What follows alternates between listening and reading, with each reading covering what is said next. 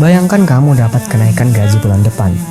Bukan kenaikan kecil, kenaikan yang cukup besar untuk benar-benar terasa. Dan di momen pertama kamu tahu angkanya, ada perasaan yang sangat spesifik.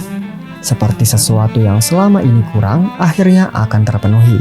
Sepertinya setelah ini semuanya akan jauh lebih baik. 3 bulan kemudian, perasaan itu sudah tidak ada. Pengeluaranmu naik mengikuti gajimu. Standar hidupmu bergeser. Dan target yang dulu terasa cukup, sekarang terasa seperti titik awal, bukan titik tujuan. Ini bukan cerita tentang lemahnya kemauan atau buruknya pengelolaan keuangan. Ini adalah sesuatu yang Morgan Housel sebut sebagai salah satu keterampilan finansial yang paling sulit dikuasai, yakni membuat garis finish berhenti bergerak.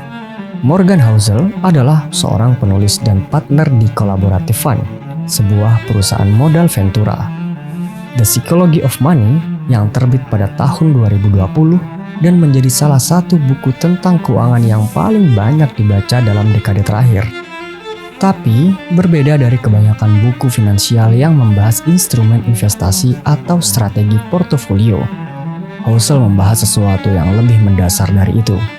Bagaimana cara berpikir dan berperilaku manusia menentukan hasil finansialnya jauh lebih besar daripada pengetahuan teknisnya. Buku ini lahir dari satu premis yang sangat sederhana, yaitu melakukan hal yang benar dengan uang tidak banyak hubungannya dengan seberapa cerdas kamu, tapi sangat banyak hubungannya dengan bagaimana kamu berperilaku. Dan perilaku itu sulit diajarkan, bahkan kepada orang-orang yang sangat cerdas sekalipun. Hari ini kita akan masuk ke 3 gagasan dalam buku ini yang paling relevan dengan cara kita bekerja, menghabiskan, dan memaknai uang hari ini. Yang pertama dan yang mungkin paling menggelisahkan yaitu garis finish yang terus bergerak. Housel membuka dengan 2 kisah yang terdengar ekstrim tapi justru karena itu paling jelas. Raja Gupta adalah seorang CEO McKinsey, salah satu perusahaan konsultan paling bergengsi di dunia. Di usia pertengahan 40, dia sudah pensiun dengan kekayaan sekitar 100 juta dolar. Angka yang kalau diinvestasikan dengan return 5% per tahun menghasilkan hampir 600 dolar per jam, 24 jam sehari, tanpa dia harus melakukan apapun. Tapi Gupta ingin masuk ke lingkaran miliarder. Dia melihat investor-investor di sekitarnya dan merasa bahwa ratusan juta dolar adalah angka yang biasa-biasa saja di sana. Jadi dia melakukan insider trading, membocorkan informasi rahasia Dewan Goldman Sachs kepada seorang manajer hedge fund. Dia masuk penjara. Karir dan reputasinya hancur selamanya.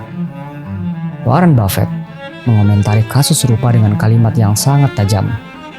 Untuk mendapatkan uang yang tidak mereka miliki dan tidak mereka butuhkan, mereka mempertaruhkan apa yang mereka miliki dan mereka butuhkan. Dan itu bodoh. Itu sangat-sangat bodoh. Housel tidak menaruh kisah ini untuk menghakimi Gupta. Dia menaruhnya karena versi yang lebih kecil dari perilaku ini terjadi setiap hari di sekitar kita. Setiap kali, standar hidup kita naik tepat setinggi pendapatan baru yang kita dapatkan. Setiap kali kita membandingkan diri dengan lingkaran yang sedikit lebih tinggi dari kita sekarang dan merasa tertinggal. Setiap kali angka yang dulu terasa seperti tujuan berubah menjadi titik awal yang tidak memuaskan. Housel menulis bahwa masalahnya adalah perbandingan sosial. Dan langit-langit dari perbandingan sosial itu sangat tinggi sampai hampir tidak ada orang yang pernah mencapainya. Pemain baseball Rocky yang bergaji 500.000 dolar per tahun merasa miskin di samping rekan setimnya yang bergaji 36 juta. Yang bergaji 36 juta merasa kecil di samping manajer hedge fund yang menghasilkan 340 juta. Yang 340 juta merasa biasa di samping Warren Buffett. Tangga itu tidak punya ujung dan satu-satunya cara untuk menang dalam permainan itu, kata Housel, adalah tidak ikut bertanding. Tapi kalau bukan soal mengejar lebih banyak, lalu uang untuk apa? Disinilah Housel masuk ke sesuatu yang menurutnya adalah nilai tertinggi dari uang. Dan jawabannya sangat berbeda dari apa yang kebanyakan orang bayangkan. Housel menulis, bentuk kekayaan tertinggi adalah kemampuan untuk bangun setiap pagi dan berkata, aku bisa melakukan apapun yang aku mau hari ini. Bukan rumah yang besar, bukan mobil yang mahal, bukan angka di rekening, tapi kontrol atas waktu, kemauan untuk memilih apa yang kamu kerjakan, kapan kamu mengerjakannya, dan dengan siapa. Dia mengutip hasil penelitian psikolog Agus Campbell yang menemukan bahwa dari semua variabel yang diteliti, satu hal yang paling konsisten memprediksi kebahagiaan seseorang, yakni rasa memiliki kendali atas hidupnya sendiri. Lebih dari gaji, lebih dari ukuran rumah, lebih dari prestis pekerjaan. Hozel kemudian bercerita tentang magang investment banking yang dia jalani di masa kuliah. Gajinya besar, pekerjaannya secara intelektual sangat merangsang, tapi setiap detik waktunya dikontrol oleh tuntutan yang tidak bisa dia tolak. Pulang sebelum tengah malam adalah kemewahan. Di kantor itu ada lelucon pahit. Kalau Sabtu kamu tidak masuk, tidak usah repot-repot datang hari Minggu. Hozel awalnya berencana magang 4 bulan, tapi dia hanya bertahan 1 bulan. Kalimat yang dia tulis tentang pengalaman itu sangat mengena. Melakukan sesuatu yang kamu cintai dengan jadwal yang tidak bisa kamu kontrol terasa sama dengan melakukan sesuatu yang kamu benci. Ini adalah kondisi yang sangat banyak dirasakan pekerja hari ini. Kita bisa sangat menyukai pekerjaan kita dan tetap merasa terkuras, bukan karena pekerjaan yang salah, tapi karena tidak ada satu momen pun dalam hari kerja yang terasa seperti pilihan kita sendiri. Meeting yang tidak bisa ditolak, deadline yang tidak bisa dinegosiasi, notifikasi yang tidak pernah berhenti, uang yang masuk setiap bulan tapi waktu yang keluar setiap hari tanpa pernah bisa dikembalikan. Dan inilah yang membawa kita ke gagasan ketiga dari Hozel yang mungkin paling kontra-intuitif. Kekayaan adalah yang tidak kelihatan. Hozel mengamati dari tahun-tahun kerjanya sebagai valet di hotel mewah, bahwa orang yang kelihatan paling kaya sering bukan orang yang paling kaya. Ada seorang pria yang selalu datang dengan Porsche, dipanggil Roger. Semua orang mengasumsikan dia sukses. Lalu, suatu hari Roger datang dengan Honda tua. Porsche-nya direposes karena dia gagal bayar cicilan. Tidak ada rasa malu di wajahnya. Dia menceritakannya seperti menyebut skor pertandingan kemarin.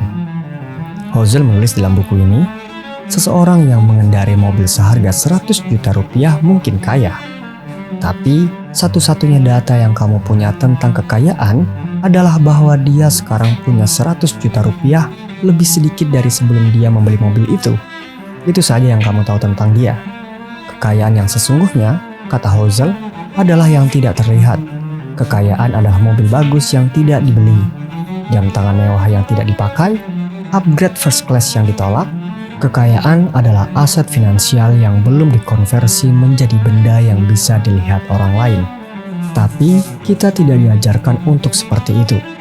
Kita diajarkan untuk menilai kekayaan dari apa yang terlihat, karena itu satu-satunya informasi yang tersedia di depan mata kita.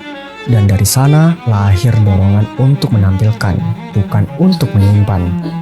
Untuk terlihat berhasil, bukan untuk benar-benar berhasil.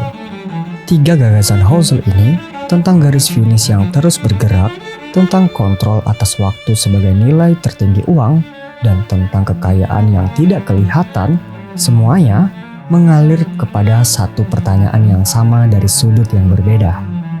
Kita semua punya angka di kepala kita. Angka gaji yang akan membuat kita merasa cukup. Angka tabungan yang akan membuat kita merasa aman. Angka yang kalau sudah tercapai, semuanya akan terasa lebih baik. Hozel tidak mengatakan bahwa angka itu tidak penting. Dia mengatakan bahwa kita hampir tidak pernah mendefinisikan angka itu dengan jujur sebelum kita mulai mengejarnya. Kita mengejar lebih banyak tanpa pernah duduk dan bertanya, lebih banyak untuk apa tepatnya, sampai berapa tepatnya, dan apa yang akan aku korbankan dalam perjalanan menuju ke sana. Tanpa jawaban yang jujur untuk pertanyaan-pertanyaan itu, garis finish akan terus bergerak, bukan karena kita serakah atau tidak bersyukur, tapi karena kita tidak pernah menetapkan di mana garis finish itu berada sejak awal. Hozel menutup bab tentang cukup dengan 4 hal yang menurutnya tidak pernah sepadan untuk dipertaruhkan demi mendapatkan lebih banyak. Reputasi, kebebasan dan kemandirian, keluarga dan orang-orang yang kamu cintai, dan kebahagiaan. Dia tidak mengatakan bahwa ambisi itu salah. Dia mengatakan bahwa ambisi tanpa definisi tentang cukup akan mendorongmu ke titik yang tidak pernah kamu inginkan sejak awal. Ada satu pertanyaan yang Housel taruh di tengah-tengah bukunya, dan itu adalah pertanyaan yang paling sederhana sekaligus paling jarang dijawab dengan jujur oleh siapapun yang sedang bekerja keras hari ini. Berapa cukup untukmu? Bukan angka yang terdengar ambisius, bukan angka yang membuat orang kagum, tapi angka yang kalau sudah kamu miliki, kamu benar-benar bisa berhenti, melihat ke belakang dan berkata, ini sudah cukup. Aku tidak perlu mempertaruhkan lebih dari ini untuk mendapatkan lebih dari ini. Kalau kamu belum punya jawaban untuk pertanyaan itu, mungkin itulah yang perlu dipikirkan sebelum angka berikutnya di rekening terasa seperti titik awal yang baru. Follow terus di Suara Buku di Spotify dan subscribe di YouTube. Setiap episodenya kita akan masuk lebih dalam untuk membahas buku-buku yang layak untuk kita renungkan. Mungkin sampai jumpa di episode berikutnya. Terima kasih.